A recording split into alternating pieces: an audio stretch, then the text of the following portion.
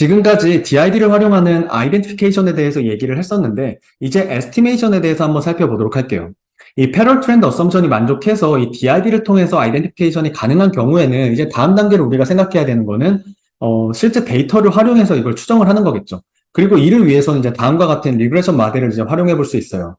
여기서 보면 이제 트리트먼트 그룹인지 여부를 나타내는 이 트리트 베리어블, 그리고 포스트 트리트먼트 기간인지를 나타내는 이 포스트 베리어블, 그리고 이들의 이제 인터랙션 텀으로 구성되어 있는 리그레션 모델이라고 볼 수 있는데, 여기서 지금 subscription i는 이 유닛을 나타내고 이 t는 시간을 나타내요. 그래서 이 트리트 베리어블은 시간에 따라 변하지 않고 유닛에 따라서 그 유닛이 트리트먼트 그룹인지 컨트롤 그룹인지만을 표시를 하고 있고, 이 포스트 베리어블은 유닛에 따라서는 변하지 않고 그 특정 시간이 트리트먼트 전인지 후인지만을 표시하고 있어요.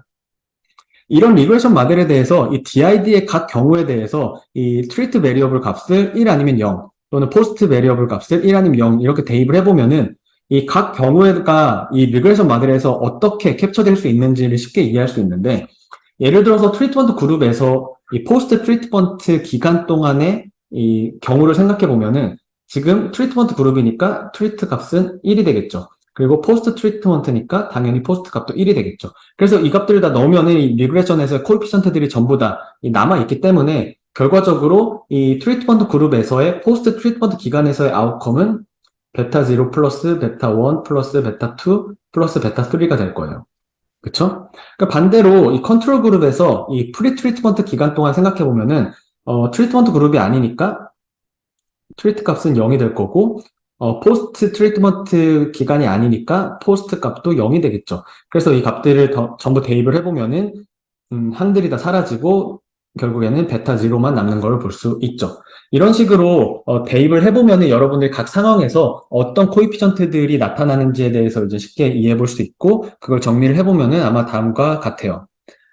그래서 보면은 지금 우리가 결국 DID를 통해서 구하고자 하는 트리트먼트 이펙트, 코잘 이펙트 같은 경우는 이 트리트먼트 그룹에서의 효과와 그것의 카운터 팩추얼의 차이로 계산할 수 있고, DID에서는 그 카운터 팩추얼을 계산을 할 때 그 트리트먼트 그룹에서의 과거 값인 베타 0와 베타 1에다가 트리트먼트가 없었다면 있었을 그 시간에 따른 변화에 대해서 컨트롤 그룹에서의 변화를 가지고 추정을 한다고 했죠. 그래서 컨트롤 그룹에서는 지금 베타 2만큼 시간에 따라서 변하고 있으니까 이 트리트먼트 그룹에서도 만약 트리트먼트가 없었다면은 동일하게 이 베타2만큼 변했을 거라는 가정하에서 카운터 팩추얼을 이렇게 베타 0 플러스 베타 1 플러스 베타 2로 계산을 하고 있죠. 결과적으로 이 DID에 의한 이런 코잘 이펙트는 이 두 값의 차이인 이 베타 3가 되고, 결국에는 DID를 통해서 구하고자 하는 이런 코잘 이펙트는 이 인터랙션의 이 리그레션 코에피션트를 통해서 우리가 이제 캡처된다라는 거를 쉽게 이해해 볼 수 있겠죠. 이게 가장 기본적이고 가장 스탠다드한 DID의 세팅이라고 볼 수 있는데, 사실 여기서 한 가지 중요한 부분은 이 트리트먼트가 지금 한 시점에 발생을 하기 때문에 특정 시간대에 대해서는 이게 프리 트리트먼트이거나 아니면 포스트 트리트먼트이거나 이렇게 이분법적으로 구분될 수 있다라는 거예요. 그래서 보면 지금 이 포스트 베리어블이 유닛에는 상관없이 시간 t에 대해서만 지금 정의가 되고 있죠. 그런데 사실 훨씬 더 많은 경우에는 이 트리트먼트 그룹에서의 각 유닛들이 서로 다른 시점에 트리트먼트를 받게 될 가능성이 높을 거예요. 이런 경우를 이제 이 스태거드 트리트먼트라고 부르는데, 이런 스태거드 트리트먼트가 선호되는 가장 큰 이유 중에 하나는 바로 이 트리트먼트와 동시에 발생하는 어떤 컨템포러니어스 트렌드나 아니면 포스트 트리트먼트 컨파운더에 대해서 상대적으로 영향을 덜 받기 때문이에요. 무슨 말이냐 하면, 예를 들어서 이렇게 각 유닛들이 이런 서로 다른 시점에 트리트먼트를 받는 상황을 생각해 보면은 어떤 컨템포러니어스 트렌드나 아니면 포스트 트리트먼트 컨파운더가 이 트리트먼트 이펙트 추정에 영향을 주기 위해서는 그 유닛이 트리트먼트를 받는 그 시점에 이런 외부 요인이 발생을 해야 돼요. 그래서 유닛 A에게는 이 시점에, 유닛 B에서는 이 시점에, 유닛 C에서는 이 시점에 그런 외부 요인이 발생해야만 이젠 이런 영향을 줄 수 있을 텐데, 물론 그런 가능성이 없는 건 아니지만 모든 유닛들이 한 시점에 트리트먼트를 받아서 그 한 시점에 발생한 이런 외부 요인을 고려하는 거에 비해서는 이렇게 그 유닛에 따라서 서로 다른 시점에 딱 맞게끔 이렇게 외부 요인이 작용하는 이런 가능성은 상대적으로 낮을 수 있겠죠. 그래서 이러한 이유 때문에 이 스태거드 트리트먼트가 굉장히 많이 활용되고 또 현실에서 실제로 많은 경우에 이런 트리트먼트가 서로 다른 시점에 발생하는 경우가 많기 때문에 실제 연구에서는 이런 스태거드 트리트먼트를 고려하게 되는 경우가 훨씬 사실 더 빈번해요. 이런 스태거드 트리트먼트에서는 리그레션 모델이 달라질 수밖에 없는데 과거에는 이 트리트먼트가 동일한 시점에 발생을 했으면은 이 포스트 베리어블을 단순히 시간에 따라서만 정의할 수 있었어요. 그런데 트리트먼트를 받은 시점이 전부 다 다르면은 이 포스트 베리어블이 각 유닛에 따라서 전부 다 다르게 정의될 수밖에 없겠죠.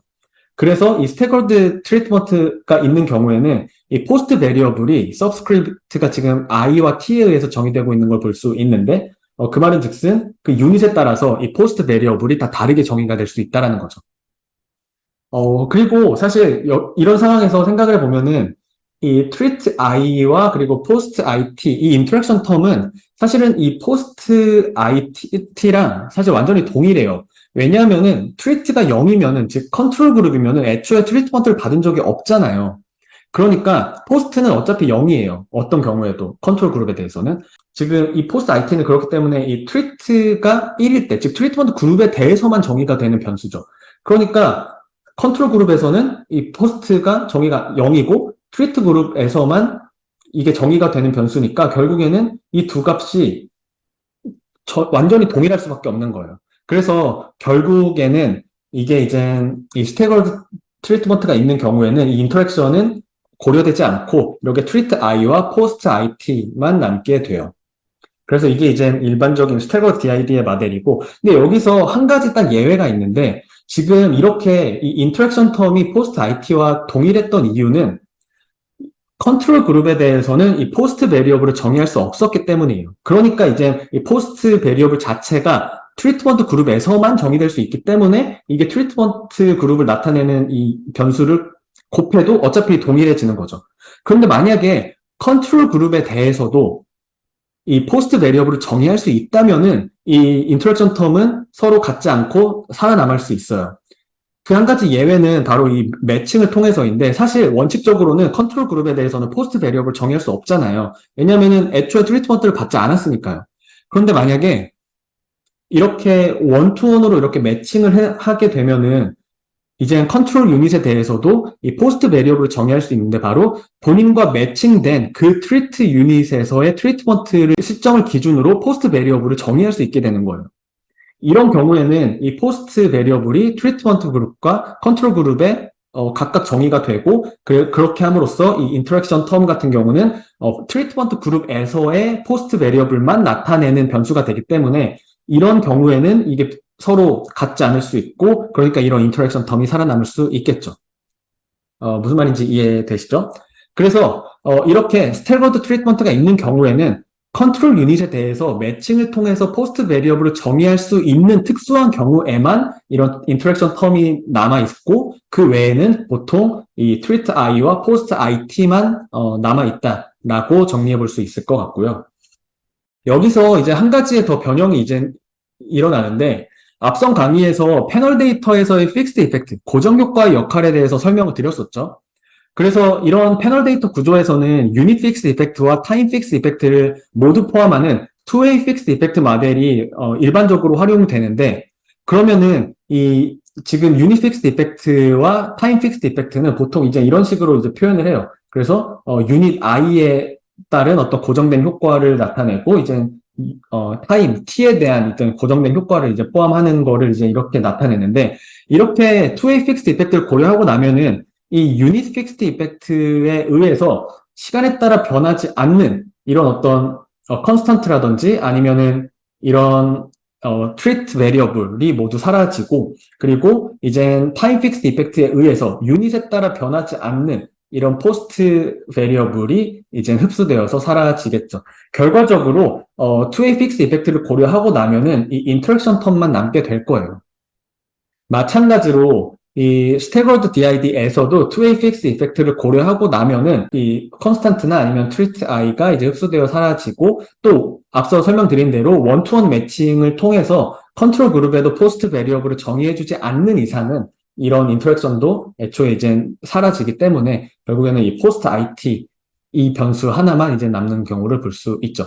그래서 결국에는 이 스태거드 DID에서 이 2way fixed 이펙트를 고려한 경우에는 이 베타2가 이제 이 DID를 통해서 추정하고자 하는 코자 이펙트를 캡처하는 이런 개수가 될 거예요. 지금까지는 사실 이렇게 스태거드 DID에 대해서 투웨이 픽스 이펙트를 고려하는 게 사실 일반적이었어요. 많이 그렇게 해왔는데 사실 최근의 연구들에서 이러한 접근에 대한 문제점들을 이제 많이 지적을 하고 있고 실제로 이런 스태거드 DID에서는 이런 투웨이 픽스 이펙트를 활용하는 건 굉장히 좀 주의를 해야 돼요. 그 부분에 대해서는 이제 다음 주에 어드밴스드 DID에 대해서 좀 더 자세히 다뤄보도록 하겠습니다. 이 DID 모델에 대해서 연구 사례를 예시로 조금 더 부연 설명을 드리자면은 먼저 이 연구에서는 2007년에 미국의 최대 방송사인 NBC와 애플 간의 협상이 결렬되면서 NBC의 모든 컨텐츠들이 일시에 아이튠즈에서 내려간 사건이 있었는데 이걸 자연 실험으로 활용해서 온라인 스트리밍이 계속되고 있는 다른 컨텐츠들과 비교했을 때 온라인 스트리밍이 중단된 이 NBC 컨텐츠에 대해서 어떤 토렌트와 같은 이런 인터넷 파이러시가 어떻게 발생하는지를 분석하는 연구라고 볼 수 있어요. 여기서는 지금 애플과 NBC 간의 협상 결렬은 사실 소비자 입장에서는 예상치 못한 결과였고, 그래서 어떤 온라인에서의 컨텐츠 소비라든지 아니면은, 이런 토렌트 다운로드와 같은 이런 인터넷 파이러시와는 관계없이 마치 무작위에 가깝게 발생한 익서지너스 샥이라고 볼 수 있겠죠.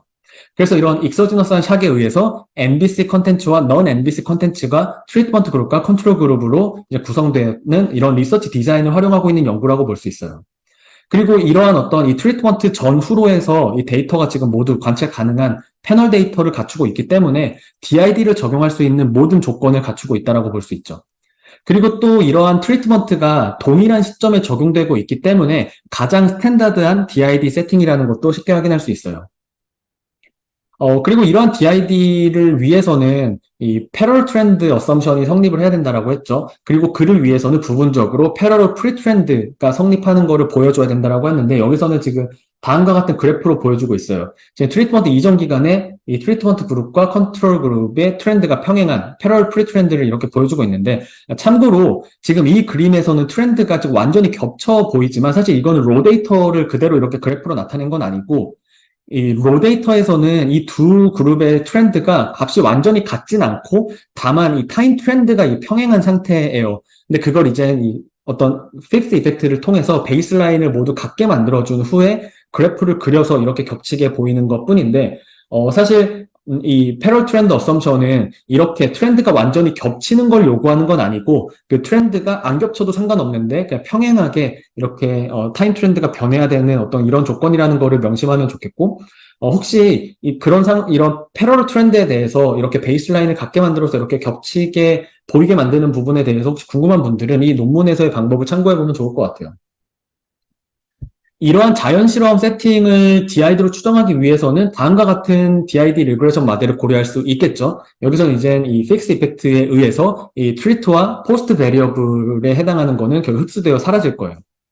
그래서 실제로 이 논문에서 활용하고 있는 이 리그레션 모델을 보면은 다음과 같은데 여기서 보면은 지금 유닛 픽스 이펙트인 알파 i를 포함한 후에 지금 트리트 베리어블에 해당하는 NBCI 텀이 아예 없는 걸 볼 수 있죠.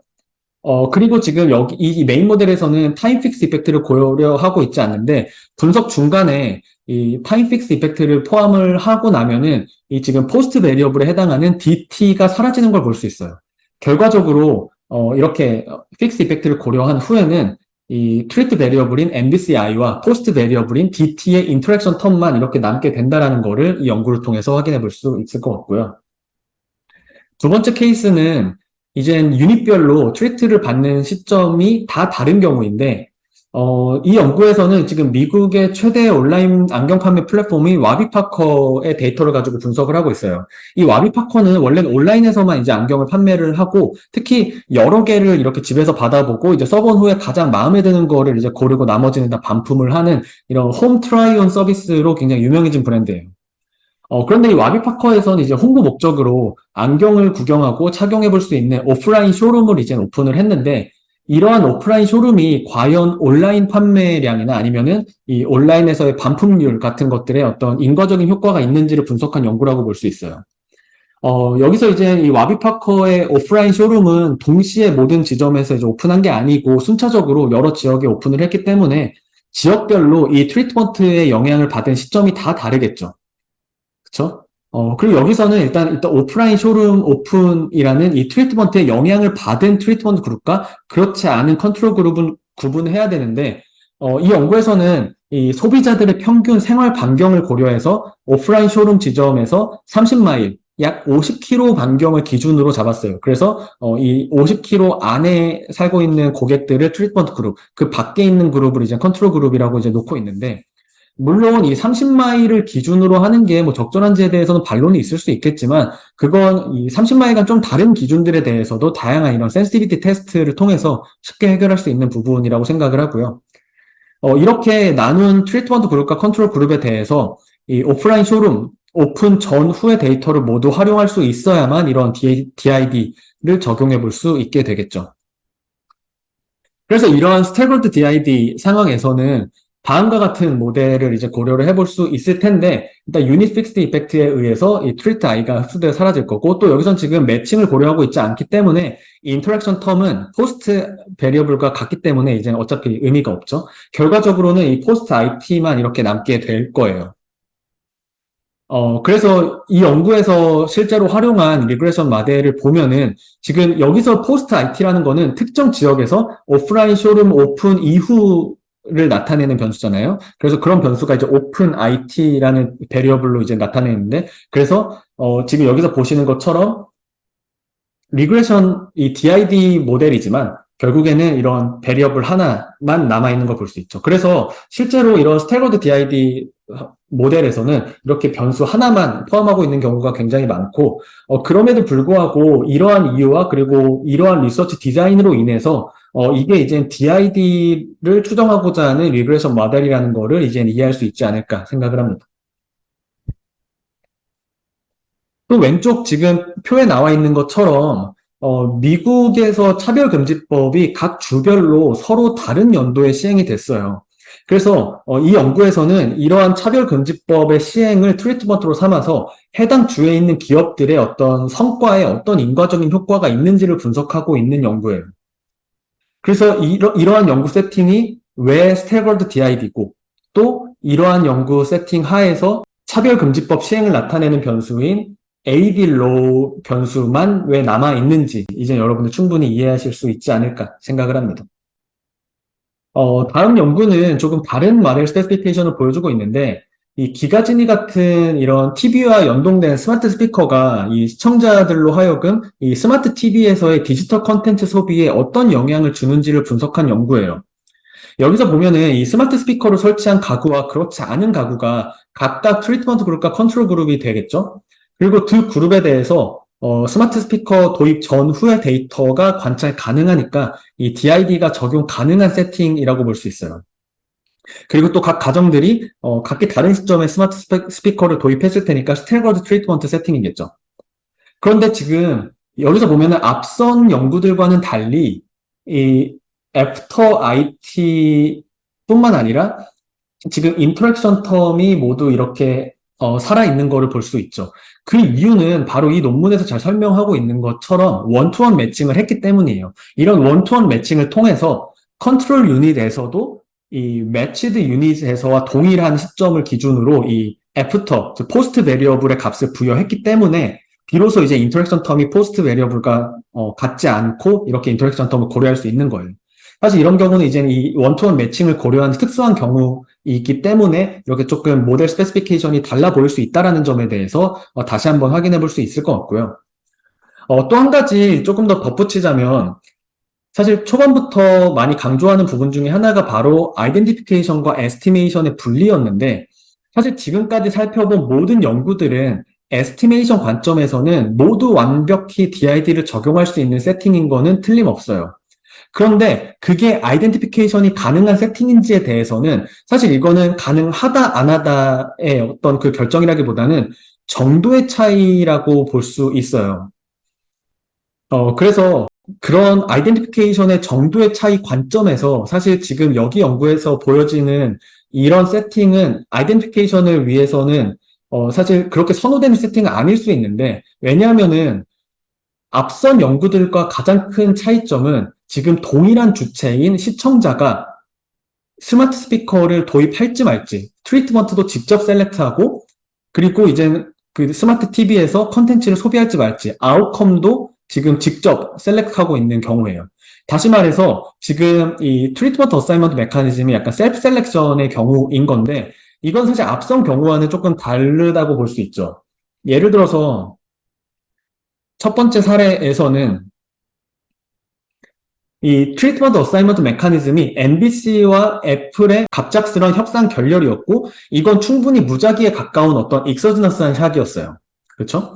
그리고 두 번째 사례에서는 지금 이 와비파커에서의 오프라인 쇼룸 오프닝을 지금 활용하고 있는데, 이 케이스도 물론 이 와비파커라는 회사에서 이 오프라인 쇼룸을 직접 어디에 오픈할지를 결정을 하기 때문에 이 셀프 셀렉션과 비슷한 상황이라고 생각할 수 있지만, 사실 적어도 여기서는 지금 이 트리트먼트 같은 경우는 회사가 선택한 게 맞지만 그 소비자들의 어떤 행동인 아웃컴은 회사의 선택이 아니라 소비자들의 선택의 결과겠죠. 그러니까 트리트먼트와 아웃컴의 선택 주체가 다르기 때문에 이건 상대적으로 좀 더 양호한 경우라고 볼 수 있어요. 또 이 연구에서도 이 트리트먼트 어사이먼트 메커니즘은 그 각 주의 의회에서의 어떤 법 제정이었는데, 어떤 차별금지법의 법 제정 당시 어떤 기업 운영 여건이나 이런 걸 고려하고 제정을 한 건 아니기 때문에 기업 입장에서는 충분히 무작위에 가까운 어떤 샥이라고 볼 수 있는 거죠.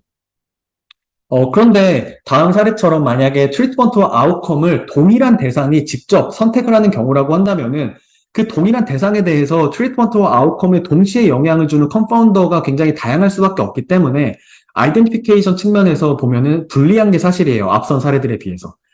그렇다고 제가 강조드렸던 것처럼 아이덴티피케이션은 가능하다 불가능하다의 영역의 질문이라기보다는 그게 정도의 차이이기 때문에 결코 아이덴티피케이션이 불가능하다라는 의미는 아니에요. 그래서 결국에는 이 앞선 연구에서처럼 아이덴티피케이션이 굉장히 클리어한 경우에는 그 리서치 디자인 자체로 인과 추론의 신뢰성이 담보가 될 수 있기 때문에 사실 그걸 뒷받침하는 추가 분석에 대한 요구가 그렇게 많지는 않을 거예요.